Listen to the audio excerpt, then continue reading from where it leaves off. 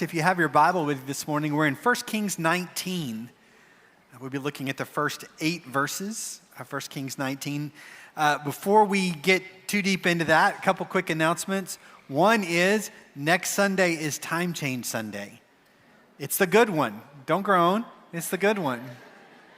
It is Fall Back Sunday, so set your clock back 1 hour. If you forget, we have some great Bible studies that start at 10 o'clock, and we will see you there. Also, as Duke said, tonight is our fall festival, so a couple things that you could help us with.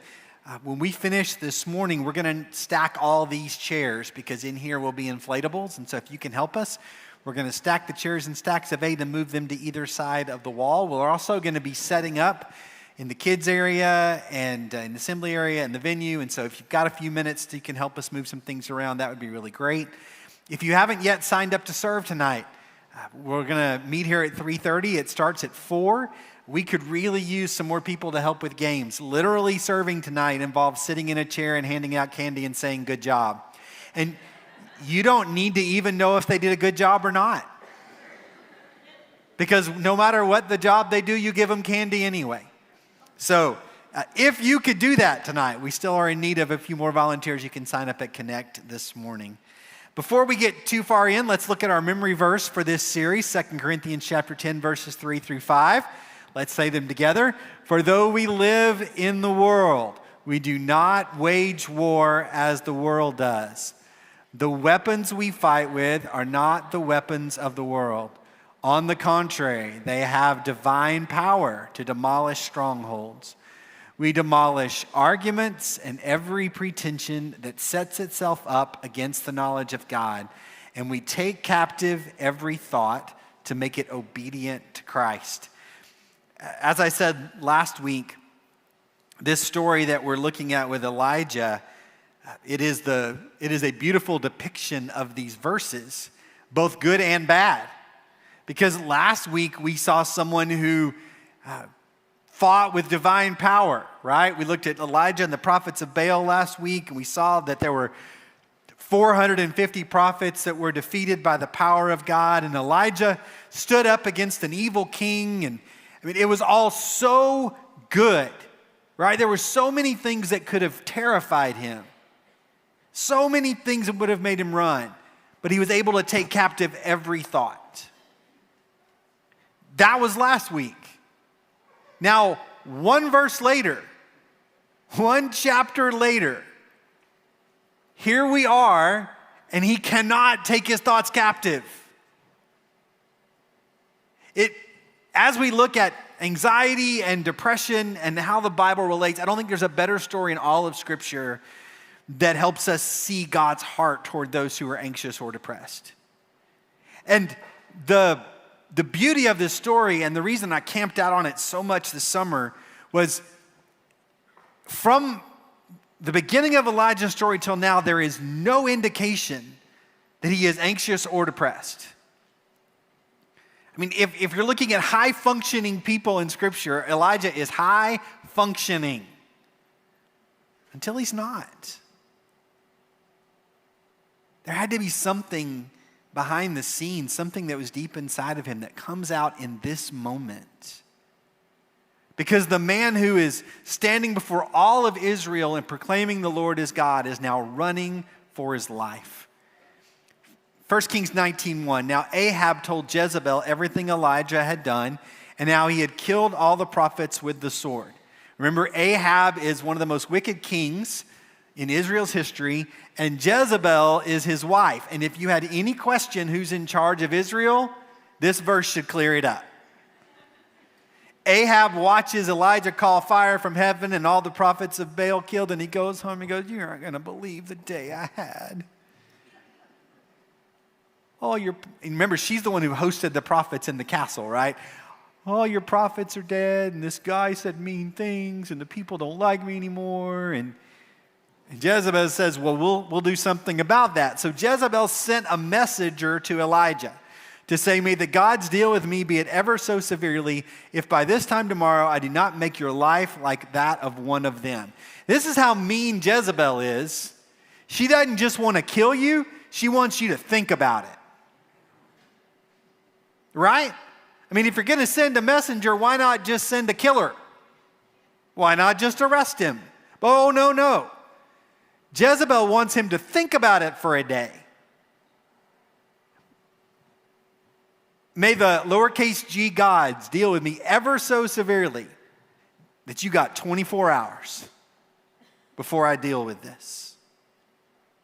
Now, Jezebel is evil and mean and obviously has a lot of power and threatens Elijah. And so the question is, why didn't Elijah just say, so? You're telling me this is scarier than 450 prophets who are dancing around cutting themselves for half a day? Or this evil king that's already threatened your life multiple times? You're telling me that this is worse than that? You're telling me that you stood and called fire from heaven, but one word from this evil woman, and you go running for your life? Why not?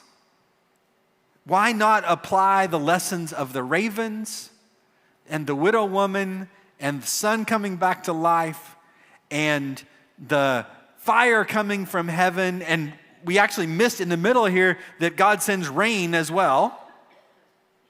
God has done all of these things, and the answer should have been a very simple, very bold, God is in charge. But the same man that has done it over and over and over again, for some reason, this is the thing that makes him abandon everything and run. Now, this is not the first time that Elijah ran. If you remember, when Elijah comes on the scene, it's like, go tell Ahab, no more rain. And then God says, now go and hide. But there was no conversation with God here. This was not God saying, you should run. You should hide. This is Elijah taking it on himself. I say it all the time that when we're squeezed, that's when the juice comes out. Elijah had been squeezed a lot. And good juice had come out, but at this point, for some reason, whatever it is, this shuts Elijah down. And if you are like me and you've ever dealt with anxiety and depression, this will sound super familiar. Some of the things that he does in response are the same things that we do when we let our mind take control. He does run. He runs for his life. It says, not just runs, but this implies frantic, scared, unreasonable. He runs 80 miles. That's a good run. 80 miles away from his home to Beersheba in Judah, and he left his servant there. Last week, Elijah was bold and he stood on truth, and now it's like truth has no meaning to him. Understand that the same God who's been in control his entire life is in control now.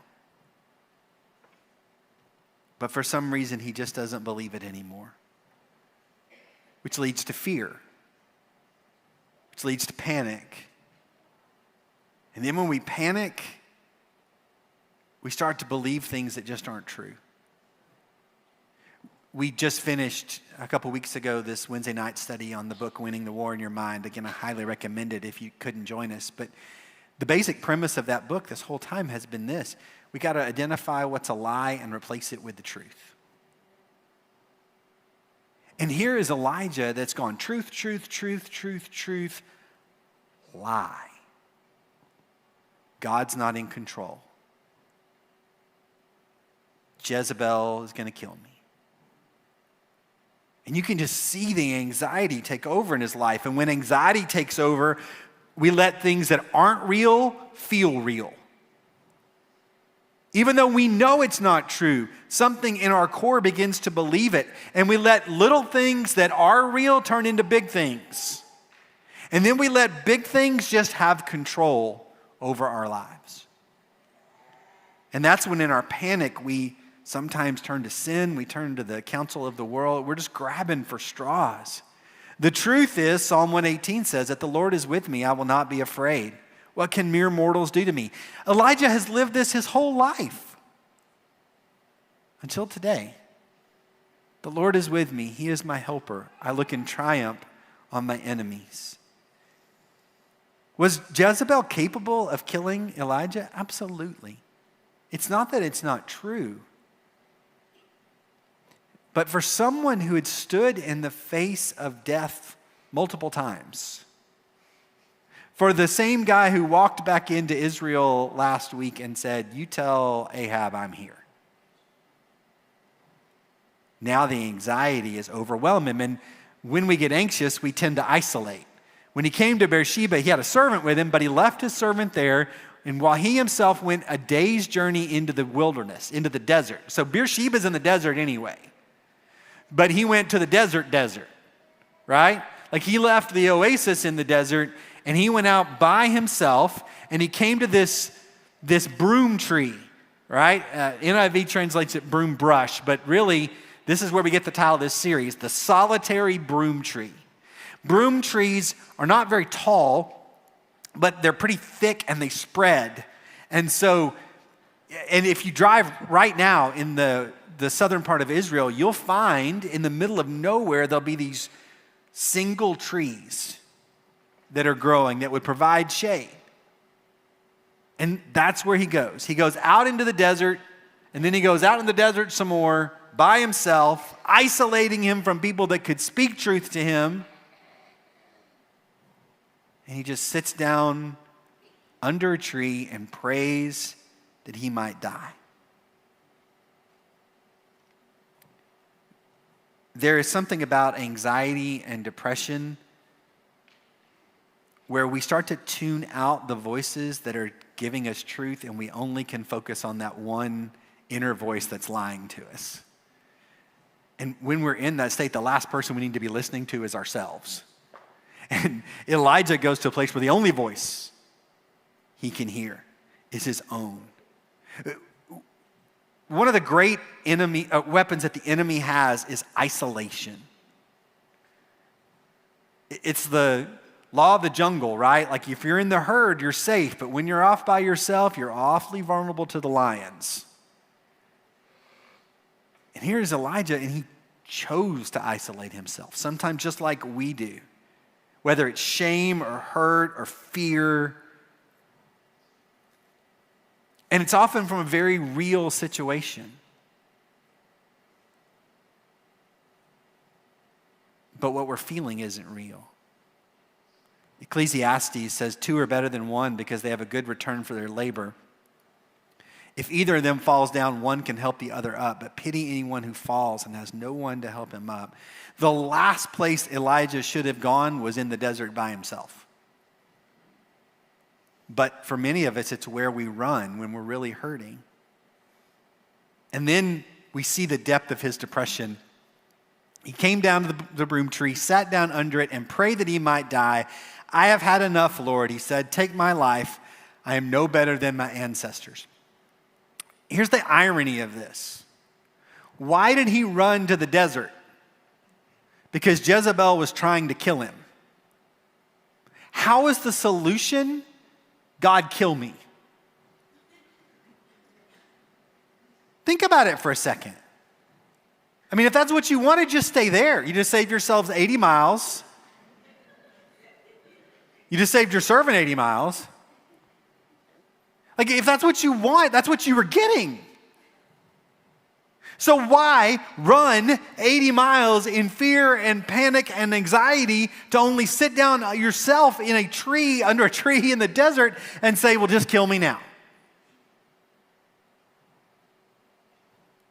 That makes no sense. God, I don't have anything left. I've just had it.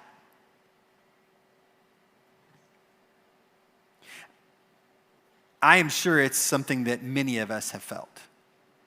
Look, God, I'm at the end of my rope. There is just no rope left.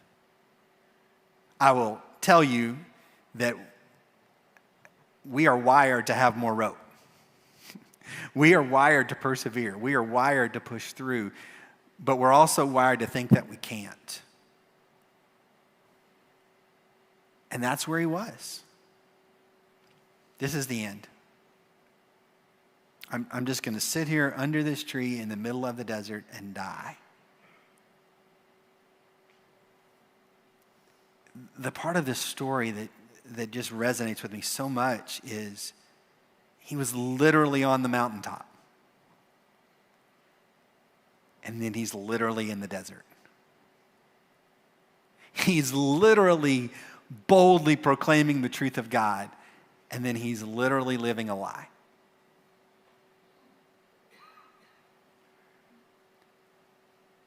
How quickly we can just turn on a dime. I'm no better than my dead ancestors. Now you would imagine, well, the truth. Let me go back to the truth, replacing the truth with a lie. Even youth grow tired and weary, and young men stumble and fall, but those who hope in the Lord will renew their strength. They will soar on wings like eagles. They will run and not grow weary. They will walk and not be faint. That's the truth. Then he lay down under a broom tree and fell asleep. I mean, literally, he's just like, I'm just going to sleep till I'm dead, right? I'll just stay out here in the desert, no food, no water. This will be the end of me. And you would think that this would be time for God to give him the heavenly slap to the forehead, right? For God to kind of knock him back into sense. Elijah, what are you doing? Why are you running? That's not what God does. Now, he will have a conversation with him. That's what we get to next week. He will ask the question, what are you doing? But Elijah was in a place that was so deep that God's response was to take care of the symptoms before he took care of the disease. And this is what he does.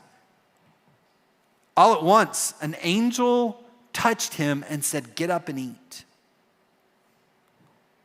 He looked around, and there by his head was some bread baked over hot coals and a jar of water. Now, he's in the middle of the desert under a tree. There is not a Panera nearby. Okay, there is no DoorDash. This is a miraculous, I woke up and there at my head is bread and fresh water. And he ate and he drank, and you know what he did? He went back to sleep.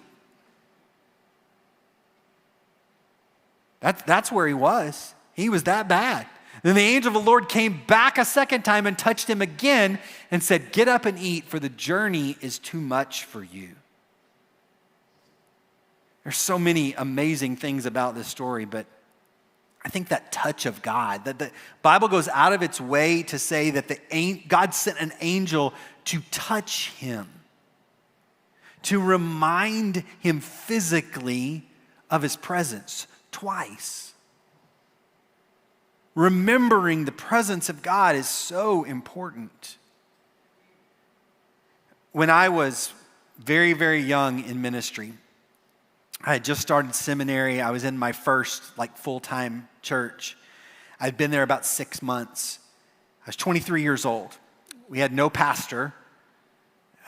We had an interim pastor who was only there on Sundays, and we had a 27-year-old minister of music, and that was it. And on a Sunday morning in January, it began to ice during church. And after church was over, on the way home, we had a family that was driving to their house, hit an icy patch under a bridge, and went head-to-head with another car. It was a mom and 2 daughters. The dad was in the car behind, watched the whole thing happen. And so immediately they figured out it was pretty bad. They took the mom via ambulance to Cleburne. They took the 2 girls to Fort Worth by helicopter. And the interim pastor calls me and says, "Hey, I'm sending the music minister to Cleburne for those people. You and I are going to Fort Worth. Now, I've never done anything like this before. I've never been in this situation. I'm 23 years old. I'm like a year older than the oldest daughter in this story. And we're driving to Fort Worth, and I must have obviously looked like I was about to throw up.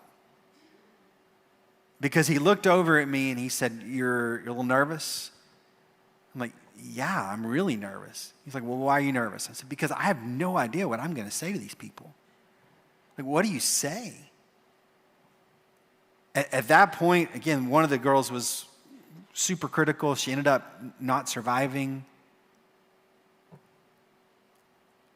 And he said to me something, and I mean, it's so ingrained in me that I can tell you exactly where we were on the highway when he said it. He said, Brett, your job is not to speak for God. Your job is to remind people that he is there. He said, when you walk in the room, you're reminding people that God hasn't forgotten them. He said, so don't worry about what you're going to say. Just be there. And as I was reading this story this week, those are the words that came to me. And it's that reminder that the angel could have had a thunderous trumpet from heaven, or God could have just let bread and water show up. But instead, at the depth of Elijah's pain, God said, I'm here. I'm here. And then he took care of his physical needs. He had ran 80 miles. He was in the middle of the desert by himself. He had neglected his own body because he didn't care about his own body anymore. And what does God do? He feeds him. He physically begins to restore him. And those of us that have struggled with anxiety and depression know that some of the things that go with that are that we don't eat well, we don't sleep well, we don't exercise, like all those things. And as we talked about in our book, we can do those things. But often we compound our anxiety and depression with our physical stuff going on. And it is amazing to me that in the middle of this spiritual crisis, that the way that God ministers to Elijah is through his physical needs. And look, if you were going to talk about the life of Elijah, and you would say, man, it was miraculous that he stood on a mountain and called fire from heaven, and it's miraculous that he raised a kid from the dead, and it's miraculous that these birds fed him in the wilderness. All those things are miraculous, but they are no more miraculous than what God is doing right now in this story. It is just as miraculous that God provides bread and water in the desert as when he called fire down from heaven to show the power of his name. And that same God is still here. And he's still touching people, and he's still taking care of people. The same God who saw Elijah under the broom tree sees you today. And you might feel just like he did.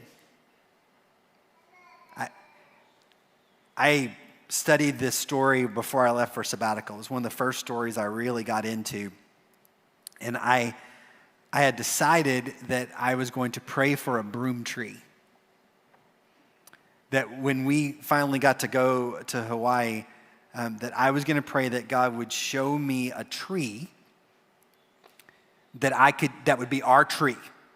Like, God, I want a broom tree. I want a spot. I want a spot where you and I can do business. I want a spot where you and I can talk and get real and all of these things.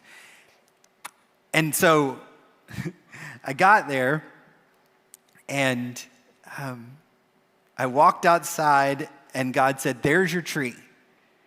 And I was like, God, that is not the right tree. I said, that is palm tree. And it's in my backyard. And the shade is on the deck where there's a lounge chair. You were supposed to have a tree in the wilderness with a rock. And God said, sit.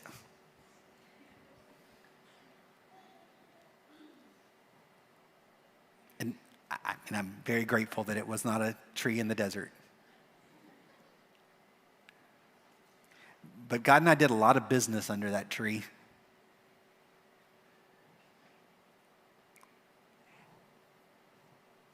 Maybe for some of you, you may need to ask for a broom tree.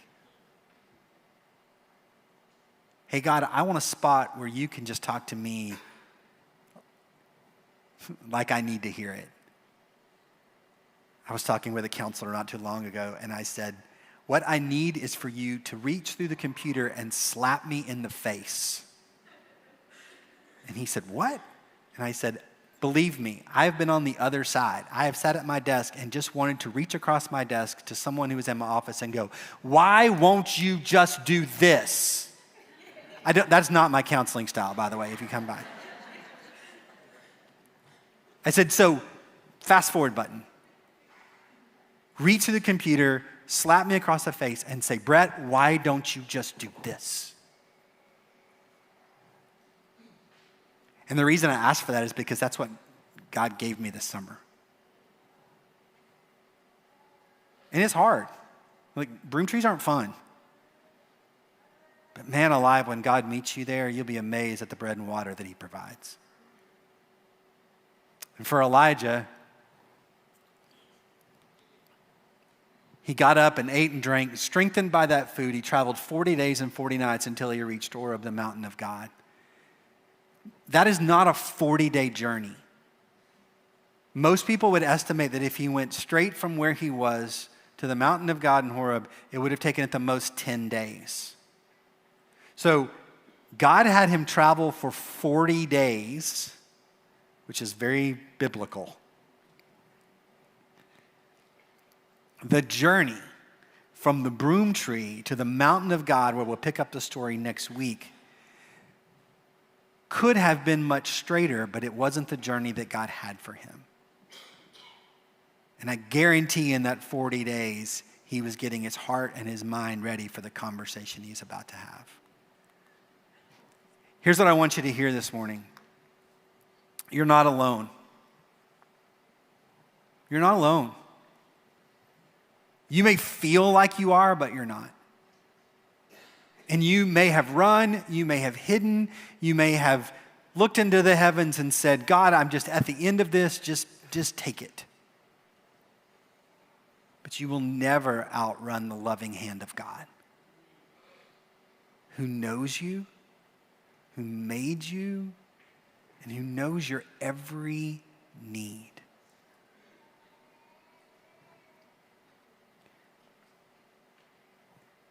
So if you're there, look for the broom tree. Look for the shade in the middle of the desert, and who knows what God might do in that moment.